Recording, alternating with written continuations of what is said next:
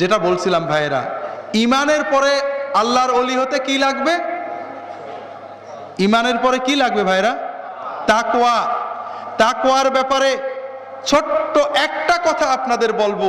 আপনারা সবাই ফুরফুরার পীর সাহেবের মুরিদ, আল্লাহওয়ালা মানুষ, একটা দুটো তাকওয়ার কথা বলবো। একটা বললে হবে না, দুটো বলবো। আপনার মাথায় টুপি আছে, আছে না? আপনি সুন্নত মতো দাড়ি রেখেছেন, রাখেননি? আপনার মাথার টুপি ফরজ না সুন্নত?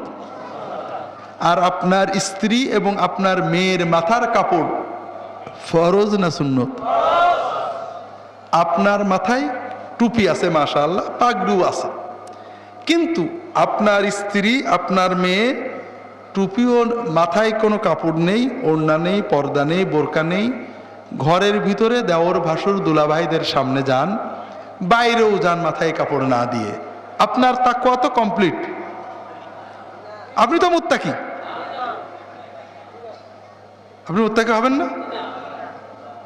আপনার স্ত্রী এবং মেয়ের মাথায় কাপড় তুলে দেওয়া আপনার জন্য কি? ফরজে আইন। আপনি ফরজে আইন পালন করেননি, আলহামদুলিল্লাহ সুন্নত পালন করেছেন। অসুবিধা আছে? যেটুক অসুবিধা আছে, যেহেতু ফুরফুরার পীরে কামেলের মুরিদ, ওটা পীর সাহেব কভার করে নিতে পারবেন, পারবেন না?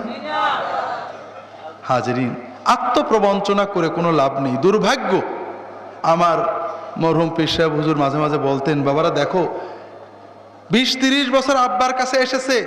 আমি বাংলাদেশে আসার পরে 98 সালে প্রায় 2-3 মাস হুজুরের সাথে একই গাড়িতে কান ধরে টেনে নিয়ে বেড়াইছেন, মাহফিল করে বেড়াইছেন, আর একই গাড়িতে থাকতাম। অনেক সময় বসে বসে অনেক কথা বলতেন। বলে, দেখো বাবা, আমার বাবার ওয়াজ শুনেছে, আমার ওয়াজ শুনেছে, পানি পড়া নিয়ে যাচ্ছে, নামাজটা ঠিক করে পড়তে পারে না, পর্দাটা ঠিক করে করে না। আমি কেন বলবো না যে তোমরা একটু চবলিগে যায় নামাজটা শিখে এসো? ওদের মুরিদ হওয়া আমার জরুরি না ওদের জান্নাতে যাওয়া আমার জরুরি? তা আপনি পীরের মুরিদ হয়েছেন, আপনার স্ত্রী পর্দা করেন না, আপনার তাকওয়া হবে তো? হাজরিন, আল্লাহ মেয়েদের বাইরে যাওয়া নিষেধ করেননি। আপনার মেয়ে কর্ম করবে, সংসারের কর্ম করবে, বাড়িতে দেওয়ার বাসুরে জয়েন্ট ফ্যামিলি, তাদের সামনে যাবে, কর্ম করবে, মাটি কাটবে, সব করবে, পর্দা সহ করবে।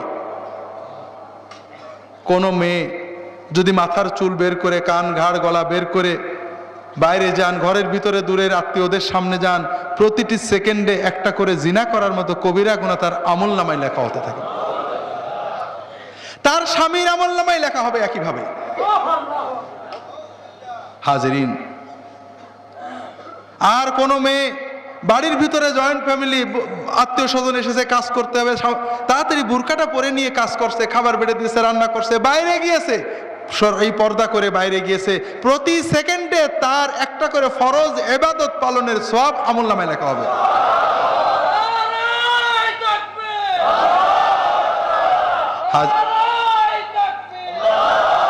হাজরিন, যে কথা বলছিলাম ভাইরা, কাজেই যদি আল্লাহর জান্নাতে যেতে চান, ফাঁকি দিয়ে লাভ নেই ভাইরা। কাকে প্রতারণা করছেন?